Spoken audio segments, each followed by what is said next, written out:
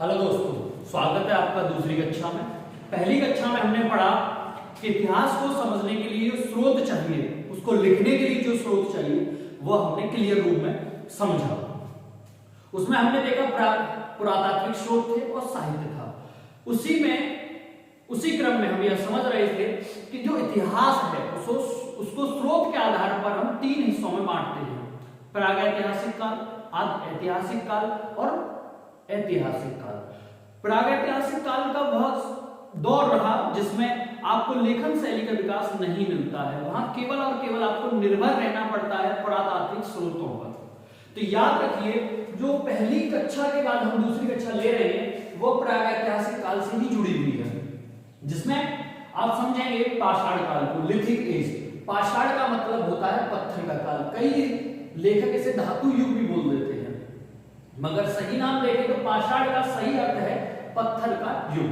यानी कि यहां पर मानव, जो कि आधुनिक मानव के बनने के दौर में था, वो पत्थर का प्रयोग कर रहा है। इस काल की सभ्यता को समझने के लिए हमें अगर देखें तो ये प्रतिनूतन काल, प्लीस्टोसीन युग जो रहा, उस काल की यह घटना मानी जाती है। मानव सभ्यता की बात करें तो मानव सभ्यता का इतिहास 5 लाख वर्ष पुराना माना जाता है, जबकि इस पृथ्वी पर पहला जीवन 370 करोड़ वर्ष पूर्व से माना जाता रहा है। 3.7 अरब वर्ष पूर्व यानी आज से। अगर देखें तो पाषाण काल को 3 हिस्सों में बांटते हैं। सबसे पहला हिस्सा है पुरा पाषाण काल। पुरा पाषाण काल को इंग्लिश में पैलियोलिथिक एज बोलते हैं। इसकी उम्र है 5 लाख से 10,000 बीसी। बीसी आप समझ रहे हैं ना, यीशु के जन्म से पहले, आज से लगभग 12,000 वर्ष पुरानी इस बात कर रहे हैं। 5 लाख से 10,000 बीसी के मध्य पुरा पाषाण काल रहा। यहाँ शिकारी तथा खाद्य संग्राहक था। मानव का जो जीवन है, मानव का जो जीवन है वो कैसा है? शिकारी और खाद्य संग्राहक है। यानी कि यह मानव जो है शिकार कर रहा है और जो शिकार कर लेता है कुछ खा लिया। अब ऐसा तो है नहीं कि उसका पेट इतना बड़ा है कि वो खाता ही रहेगा, तो खा लेता था, जो बच जाता था उसे रख लेता था अपने पास और फिर उसको बाद में खा लेता था। तो उस मुख्यतः उसका जो जीवन था वो शिकारी था, जिसे आखिरतक जीवन भी कहते हैं। पूरा पाषाण काल को, क्योंकि बहुत लंबा समय अंतराल है इसमें, तो इसलिए इसको 3 हिस्सों में बांटा गया है। पहला है निम्न पुरा पाषाण काल, मध्य पुरा पाषाण काल और उच्च पुरा पाषाण काल। समझिए बात को। निम्न पुरा पाषाण काल में मानव जीवन अस्थिर था। मुख्यतः यह जीवन जो है आप देख रहे हैं 5 लाख से 50,000 बीसी तक। आधुनिक मानव उदय यहाँ पर नहीं हो रहा है। जो आधुनिक मानव से पहले के मानव थे आप देख सकते हैं, रामापिथिकस है, निएंडरथाल है, क्रोमेगन है ना। तो ये सारे मानवों का एक दौर रहा है और मानव की प्रजातियों का एक दौर रहा है। निम्न पुरा पाषाण काल की बात करें तो मानव जीवन अस्थिर था। अग्नि का आविष्कार हो चुका था, पत्थर से वो घिस के जो है चिंगारी पैदा हुई और उससे अग्नि का आविष्कार दिखाई देता है। अगला देखें, निम्न शिकारी जीवन था, ये तो आप समझ ही चुके हैं।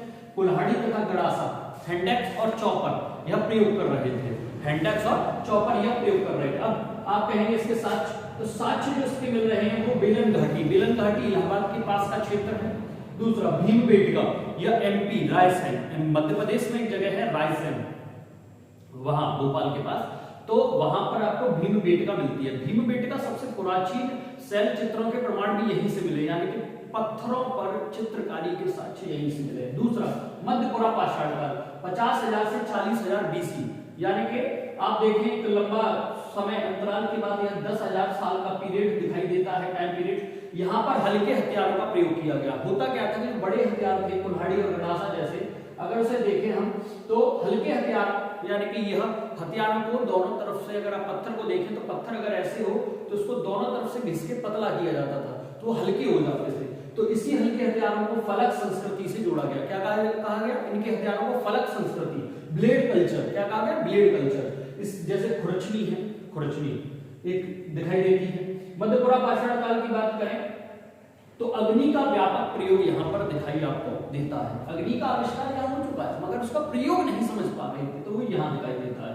साक्ष्य कहाँ से मिलते हैं? मिर्जापुर तो जानते ही ना, उत्तर प्रदेश, और नेवासा यह महाराष्ट्र। तो यहाँ से आपको साक्ष्य मिलते हैं। दूसरा उच्चपुरा पाषाण काल 40,000 से 10,000 BC तक का टाइम पीरियड।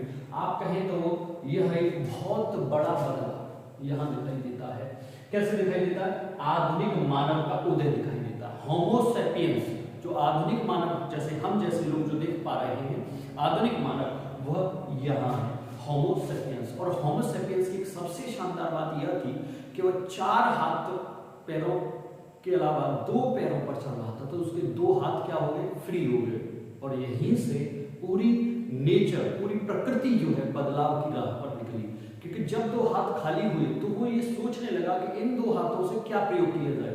क्योंकि पहले तो वो 4 हाथ, 4 मतलब आप समझ सकते हैं 2 हाथ 2 पैर से चल रहा था, अब उसके 2 हाथ फ्री हो गए। अब फ्री हो गए, स्वतंत्र हो गए, तो फिर क्या नई चीजें घूमेंगी, भाई क्या किया जाए इन 2 हाथों से। तो एक नई क्रांति यहाँ दिखाई देती है। तो उच्चपुरा पाषाण काल में आधुनिक मानव का उदय हुआ। शैल चित्र बने इसी काल में। शैल चित्र समझते हैं, मतलब चट्टानों पर आकृतियां बनाई गई। भीमबेटका भोपाल, अभी बात कर रहे थे, रायसेन, अब्दुल्लागंज, ठीक है, MP।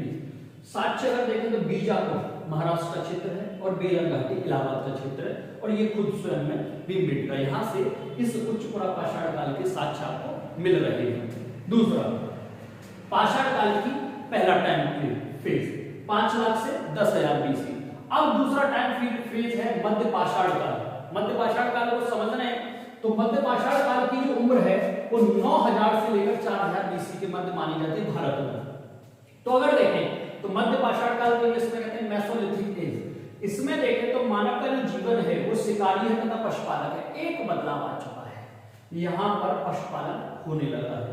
इसके साक्ष्य बताएंगे कैसे मिले। तो शिकारी व पशुपालक आदमगढ़ और राजस्थान में एक जगह है बागौर। तो आदमगढ़ है मध्य प्रदेश में और बागौर है राजस्थान में।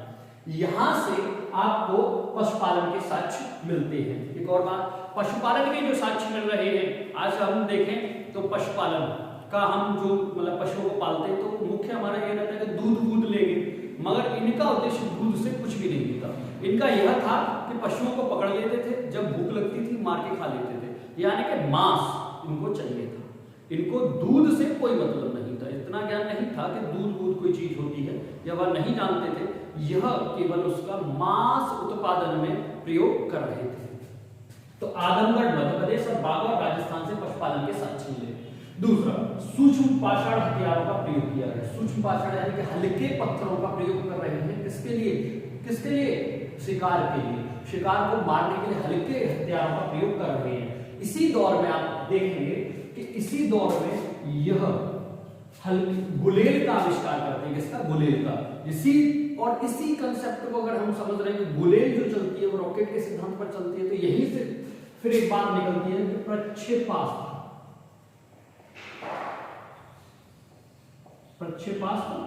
तकनीक का आविष्कार यही होता है। प्रक्षेपास्त्र से रॉकेट लॉन्च व्हीकल सिस्टम का आविष्कार जो हुआ, उस सोच का आविष्कार वो यहां दिखाई देता है। सबसे पहला पालतू पशु इस दौर में तो नहीं बना था, आगे वाले दौर में बना था, कुत्ता था। पर पहला पालतू पशु देख रहे, पहला पालतू पशु कुत्ता था। साक्ष्य, अगर हम साक्ष्य की बात करें तो साक्ष्य भीमबेटका आदमगढ़, भीमबेटका और आदमगढ़ यह मध्य प्रदेश में है। भीमबेटका तो आप समझ रहे हैं शैल चित्र के लिए, आदमगढ़ MP राजस्थान, आदमगढ़ MP किसके लिए? पशुपालन के लिए। दूसरा बागौर राजस्थान, लंगनाज गुजरात और सराय नाहरराय, यह एक इंपोर्टेंट जगह है सराय नाहरराय, क्योंकि यहां से बहुत कुछ साक्ष्य आगे भी मिलेंगे आपको। अब देखें नवपाषाण काल। नवपाषाण काल की उम्र है 7,000 से लेकर 2500 BC। यह भारत में है, थोड़ा सा विविध है। अगर हम जाएंगे कहां पर विश्व में तो थोड़ा सा अंतर वहां दिखाई देता है, मगर भारत में देखें तो नवपाषाण काल की जो नियोलिथिक एज है वह 7,000 से 2500 BC के मध्य है। इसमें खाद्य उत्पादक, क्या? खाद्य उत्पादक। तो खाद्य उत्पादक था मानव। अब खाद्य उत्पादक का मतलब फूड प्रोड्यूसर, यानी कि अपना अन्न पैदा करना शुरू कर दिया था, यानी कि कृषि का आविष्कार हो चुका था। तो यानी कि खाद्य उत्पादक था। मेहरगढ़ पाकिस्तान से कृषि के साक्ष्य मिलते हैं। मेहरगढ़ पाकिस्तान से कृषि के साक्ष्य मिलते हैं। दूसरा, कोल्डी हवा इलाहाबाद धान के साक्ष्य मिलते हैं। यानी कि चावल, राइस, ठीक है। उसके साक्ष्य में कहां से मिलते हैं? इलाहाबाद से। पहली फसल जौ थी, जिसे बाद में यव कहा गया। क्या कहा? यव। तो जौ, पहली फसल थी जौ। अगर हम देखें तो नया साक्ष्य, नए जो बात कर रहे हैं, नई सर्च बोल रही है कि एक जगह है लहुरा देव। लहुरा देव यह उत्तर प्रदेश में जगह है, संत कबीर नगर में। और यह उम्मीद की जा रही है कि इसके साक्ष्य भी बेहद पुराने हैं कृषि के मामले में। तो यह नई सर्च बताएंगे कि लहुरा देव, संत कबीर नगर सबसे पुराने हैं या फिर मेहरगढ़। तो वो थोड़ा सा विवादित है। तो लहुरा देव उत्तर प्रदेश में है और यहां से कृषि के साक्ष्य मिले हैं। अगर हम बात करें नवपाषाण काल के साक्ष्यों की, तो बुर्ज भूमि कश्मीर बहुत महत्वपूर्ण है, और गुफकरार। तो गुफकरार और बुर्ज भूमि, बुर्ज का वृक्ष, आप समझ रहे हैं, मालिक के साथ कुत्ते को दफनाना, मालिक के साथ कुत्ते को दफनाना यहीं पर हुआ है। गुफकरार यानी कि कुम्हार की गुफा, कुम्हार की गुफा। चिरांद बिहार, यह इंपोर्टेंट है, हड्डियों के हथियार, हड्डियों के हथियार। चिरांद बिहार सारण जिले में है, यहां से आपको मिलते हैं। कुंभकारी के साक्ष्य, कुंभकारी के साक्ष्य यहाँ मिले हैं। और जब हम कुंभकारी की बात करेंगे तो आपको याद रखना चाहिए कि यहाँ पर पहिए का आविष्कार हो चुका था। किसका? पहिए का आविष्कार। और पहिए का आविष्कार जब हम बात करते हैं तो कुंभकारी के साक्ष्य के साथ साथ बैलगाड़ी की बात यहाँ दिखाई देगी। बैलगाड़ी की बात भी यही दिखाई देगी। तो पहिया केवल एक चीज के लिए प्रयोग नहीं होगा, कुंभकारी के लिए भी प्रयोग होगा। पहिए के आविष्कार ने बैलगाड़ी को भी जन्म दिया।